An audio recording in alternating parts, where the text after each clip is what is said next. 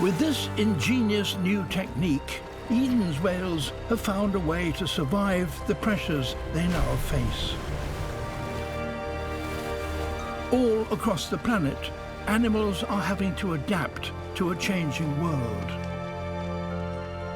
But the speed of these changes will be too fast for many.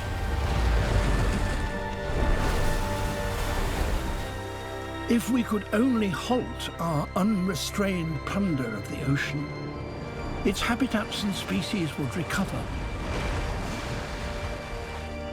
And at a time when our overexploited lands are already failing us, this has never been more important for humanity.